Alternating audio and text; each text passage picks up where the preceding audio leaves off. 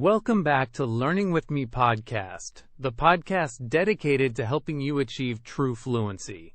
I'm your host, Jack, and today we're taking a deep dive into a game-changing skill, thinking directly in English. We offer practical tips, real-life examples, and insightful case studies to truly solidify this vital habit.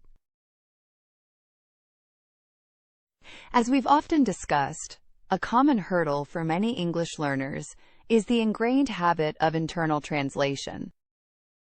You hear something, or you formulate a thought in your native language, and then you mentally convert it, often word for word, into English before speaking. This isn't just inefficient, it's a significant barrier to achieving a natural, effortless flow in your conversations. The persistent problem: why translation holds you back. Let's reiterate the core issue. This internal translation mechanism acts like a constant, often unseen filter. It demands a lot from your brain, significantly slowing down your response time in conversations. Imagine trying to engage in a lively debate while your mind is constantly flipping through a mental dictionary.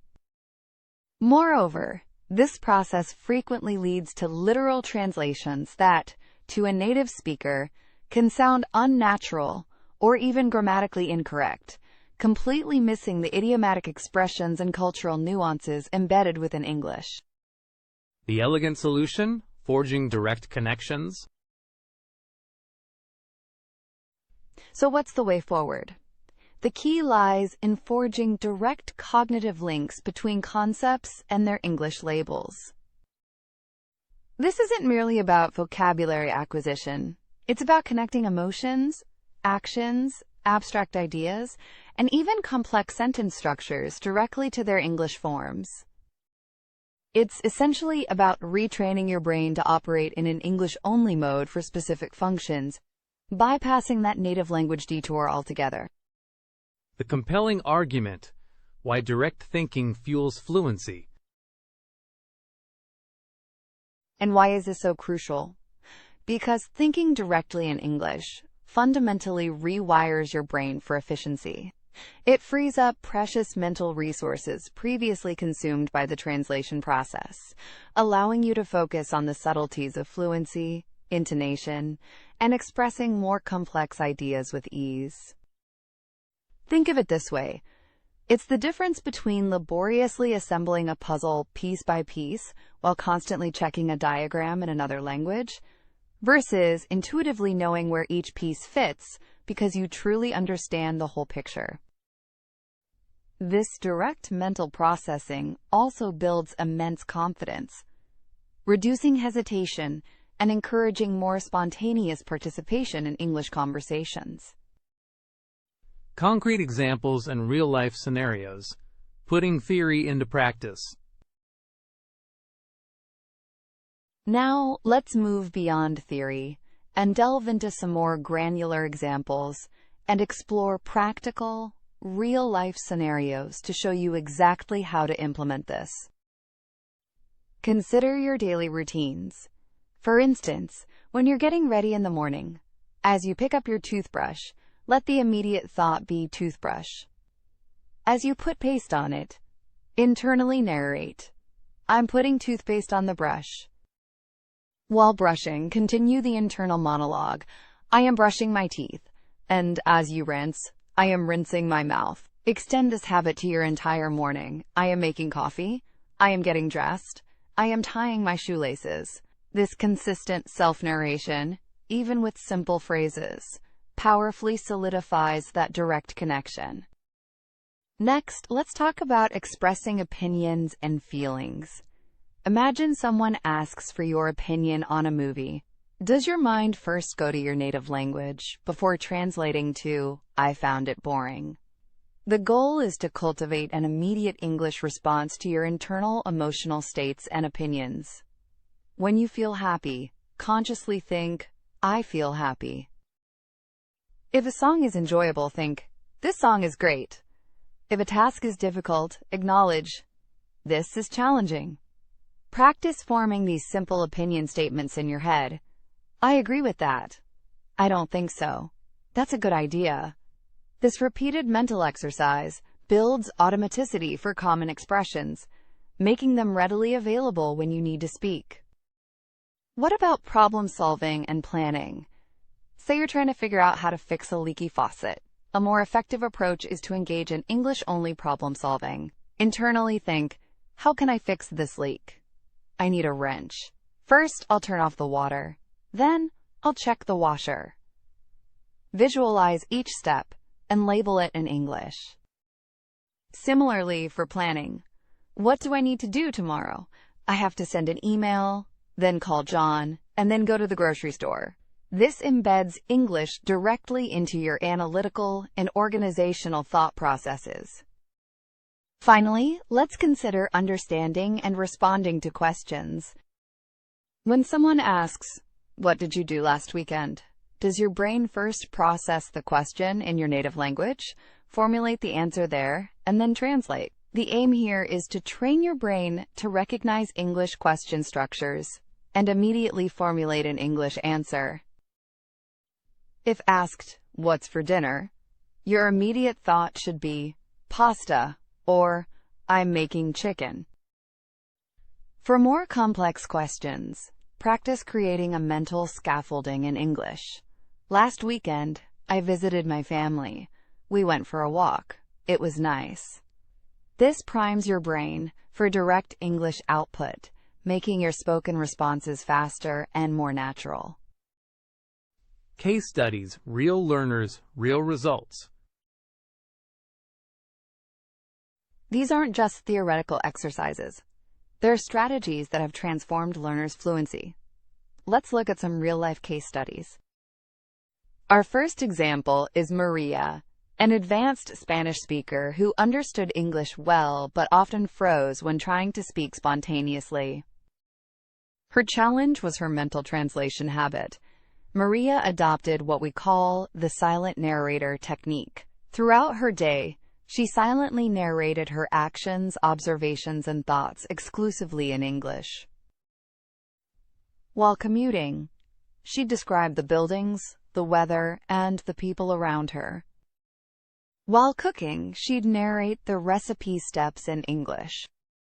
After just a few weeks, Maria noticed a significant reduction in her mental translation. Her response time in conversations improved dramatically, and she felt much more confident forming sentences directly. The consistent internal practice had built powerful new English neural pathways. Then there's Kenji, a Japanese learner living in an environment where Japanese was predominantly spoken. He found it incredibly hard to maintain an English mindset. Kenji tackled this by creating an English bubble. For specific periods each day, say from 6 p.m. to 8 p.m., he committed to only consuming English media, music, podcasts, and YouTube. He would only think in English, and if he had to speak, he would make every effort to do so in English. He even changed his phone and computer language settings to English.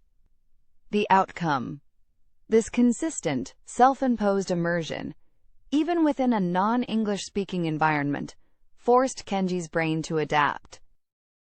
He even started dreaming in English, and found himself automatically forming English sentences without conscious effort when his bubble was active. Our final case study is Liam, a German speaker who knew many English words but struggled to use them naturally in sentences. Liam changed his approach to vocabulary. He stopped memorizing isolated word lists. Instead, whenever he learned a new English word, he would immediately create 3 original sentences using that word in different varied contexts. He also actively looked for collocations, words that often go together, like make a decision rather than do a decision, and practiced using them in his internal thoughts and sentences. As a result, Liam's vocabulary became far more functional and accessible. By learning words within contextual frameworks, he trained his brain to use them directly in sentences, rather than just knowing their translation. More practical tips for your journey. Making it a habit. So how can you apply these insights to your own learning? Here are some additional, actionable tips to help you build this crucial habit. Use flashcards with images, not translations.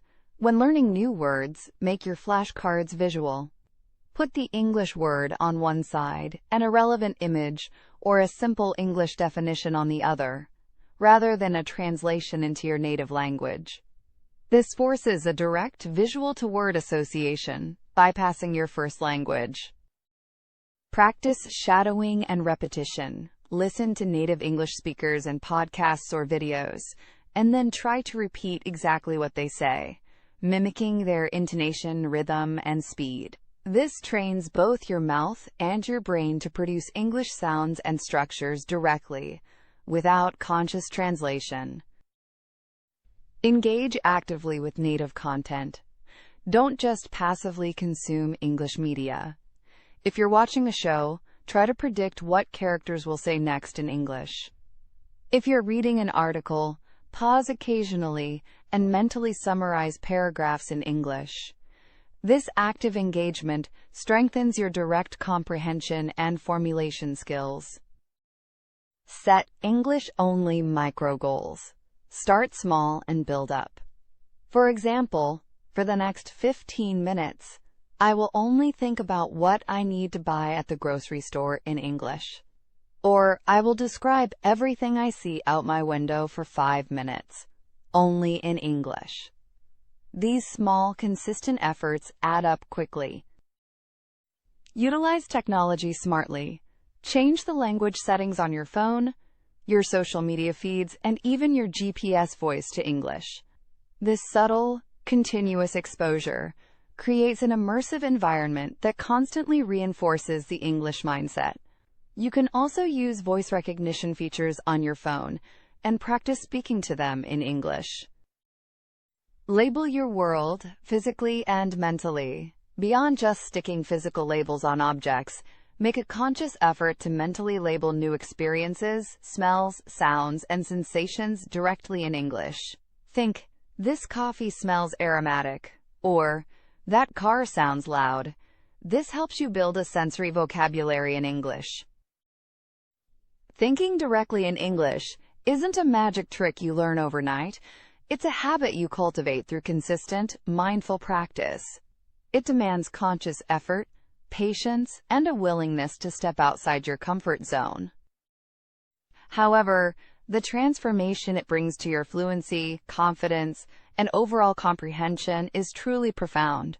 It's about building a genuine, organic connection with the English language, allowing it to flow seamlessly from your thoughts directly into your words.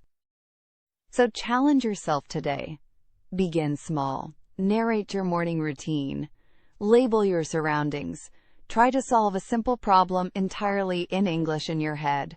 Every little step brings you closer to thinking, speaking, and truly living in English. That's all for this episode. Join us next time for more insights on mastering the English language. Until then, keep practicing, keep immersing, and most importantly, keep thinking in English.